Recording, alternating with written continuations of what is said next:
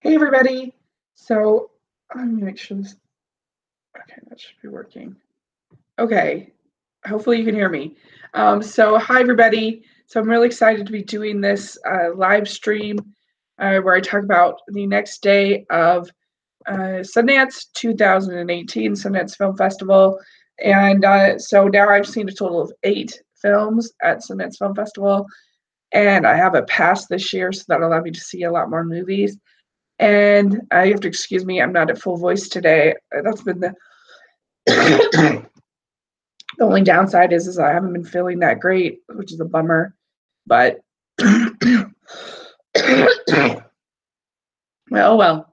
So let me tell you about the 4 films that I saw yesterday. So the first film, it was kind of funny. I was going to see the Robin Williams documentary, but I ended up going to the wrong location. I'd read the schedule wrong, and I sat down in the theater thinking I was seeing a Robin Williams movie, and surprise, it was a documentary on. It was a different documentary, quite different, called Crime and Punishment. This is about the NYPD police force and the quota system. And there was a group called the NYPD 12 that filed a lawsuit against the NYPD about the quota systems that they put in place, that they have to get so many arrests, so many tickets, so many whatever. And this is against the law, but it still goes on. And it was really interesting. There was a lot of really good information in there. But I have to say, it was, I think, over 2 hours. And I don't know if maybe it was just because I wasn't prepared for it, but I found it kind of slow for me. It was a little, I struggled. I kept falling asleep, and the lady next to me was like elbowing me and stuff, and I felt really bad. So I was really struggling.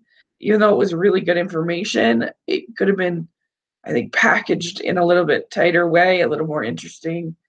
I don't know, just something that wasn't so slow.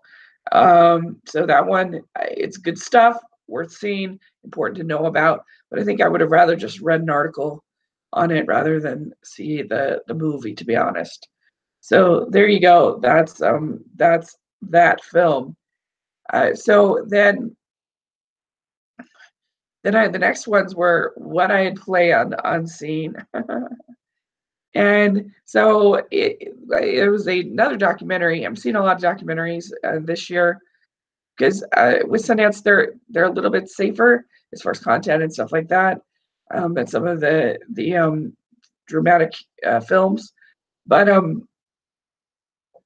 anyway, so this was a documentary called On Her Shoulders, and this is about a woman named Nadia, and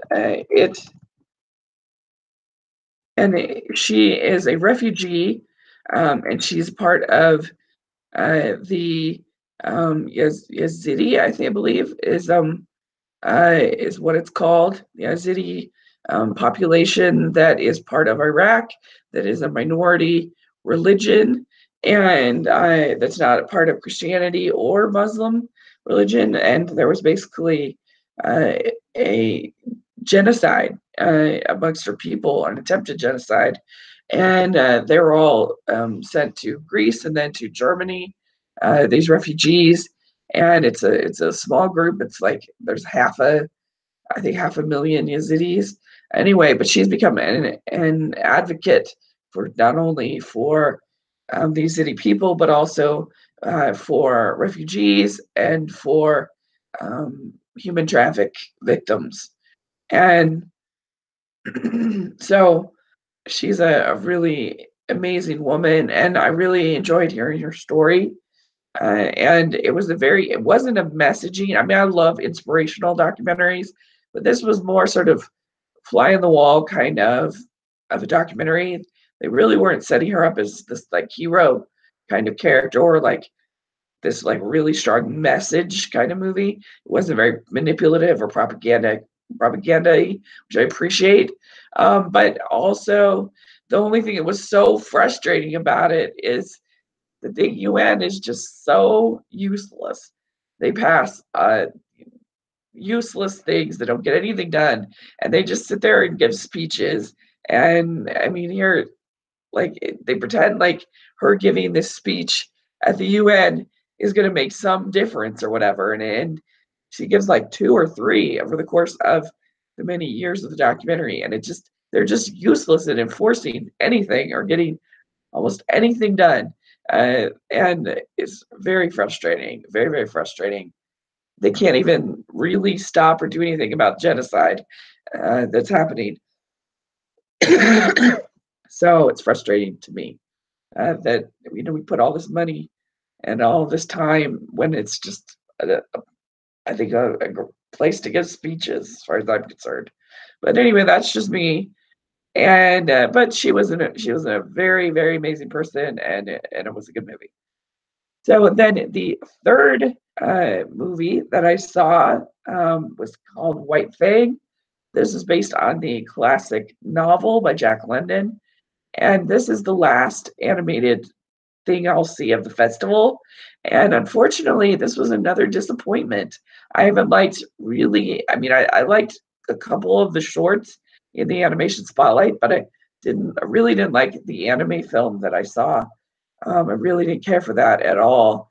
And then this, it has some nice moments of animation, some pretty character designs and moments that were beautiful of the Yukon and the mountains and everything else.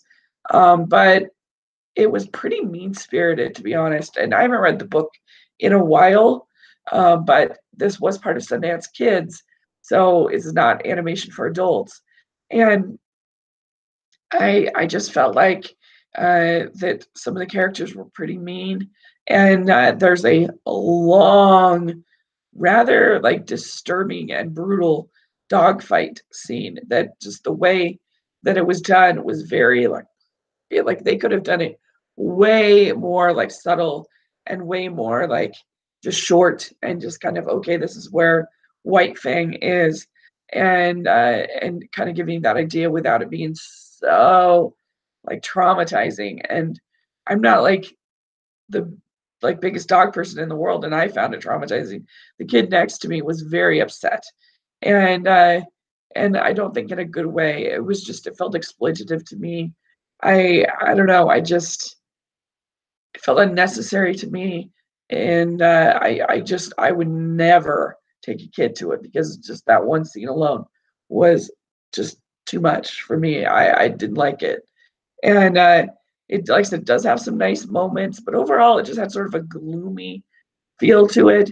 It had kind of a negative feel to it, and just it was I didn't like it, so it was a bummer.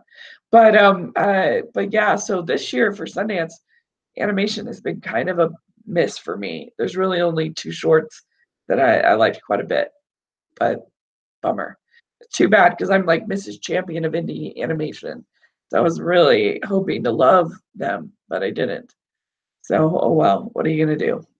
Okay, so then we get to the last of the festival, and that is a little movie called Eighth Grade. And this is distributed by the studio A24. And A24 is a very is a very controversial studio. They make some things that I've really loved, like Get Out, and also, at least I think they did Get Out, but they did Ghost Story, which I enjoyed. But they did stuff like The Lobster, which I did not like, Killing of a Sacred Deer, which I know a lot of people didn't like. I didn't see it. Anyway, they're very like hit and miss. So this, I was a little bit, taking a risk with this one. It's by director Bo Burnham, and he's just the writer as well. And I don't know if I guess he's some kind of celebrity. I've never heard of him before, to be honest. He's some kind of comedian, I guess. I don't know. But anyway, so so this movie is about an eighth grade girl. She's almost finished eighth grade, and she's played by this lovely little actress named Elsie Fisher. She was so good, and she has this YouTube channel where she gives like advice and she talks about being confident and stuff like that. Meanwhile, in her regular life, she is not confident and she struggles to do all the things that she talks about in her videos. And of course, as a YouTuber, I found that very insightful and very interesting and something I could definitely relate to. And also like the relationship with her father, because as a single dad, was so good. Her father was like a saint. And because I think we all can remember eighth grade, and that's a really hard time. And it's like a time where you go through lots of friends and just things are really hard. And but the thing about this movie is that it was funny. I laughed quite a bit, and it wasn't as like negative as I felt like. I don't know, after I saw Lady Bird and after I saw Edge of 17, I felt just kind of like, oh, I feel so depressed. And less so Lady Bird, but definitely with Edge of 17. But I don't know, there's something about coming of age stories that can just like make me feel really sad and make me want to call my mom and be like, I'm sorry, but this actually left me feeling hopeful. And I think because they just got the tone just right. And it was just something I could relate to finally. There was just something about those other films that just, I don't know, just not the kind of teen. I mean, I was kind of a grumpy teen, but like not in the way, quite in the way, not as hostile, not as mean as those movies sometimes were. And uh, anyway, in this, there was just a gentleness and a sweetness. And there's one spot where you think, oh no, they're really gonna like take a turn, and then they don't, and it becomes this really sweet moment. And I don't know, I really liked this movie. I thought it was kind of like a mixture of Lady Bird and Napoleon Dynamite in a way to me. It was funny, it was sweet, and of that you have in Napoleon Dynamite, but it also had sort of the honesty and coming of age kind of part that you have in Lady Bird. Anyway, I loved it. I thought it was fabulous. I can't wait to see it again. It's definitely an R-rated film. I'm sure it'll get an R rating because of some F words and because of one scene that uh, that has adult content. But anyway, I still really enjoyed it, and I do actually think that eighth graders and high school students would really be able to relate to it and would learn something from it. And I just was really impressed with how well it controlled tone, and it was just such a sweet little movie. So anyway, I loved it. I thought it was great. I'd give it. It's definitely the best of the festival so far. So yeah, basically today I had I had a documentary that I liked a lot. I had a documentary that was okay. It was a little slow for me. I had a animated film that I didn't really like, and then I had this dramatic film that I really loved. So that's the four films that I saw yesterday at Sundance. And so if you have any questions about any of these films, I've seen 8 so far, and I'll put a link down to my letterbox, and I have the films that I have seen on there. You check out that account, and thanks so much. And let me know what you think of how any of these sound. And we'll tomorrow I will be back at Sundance Film Festival. Tomorrow's actually my birthday, so I'm excited to go to the festival on my birthday, and hopefully there'll be some good movies that I get to see. So thanks so much. Please subscribe to my channel, and I'll talk to you later. Bye.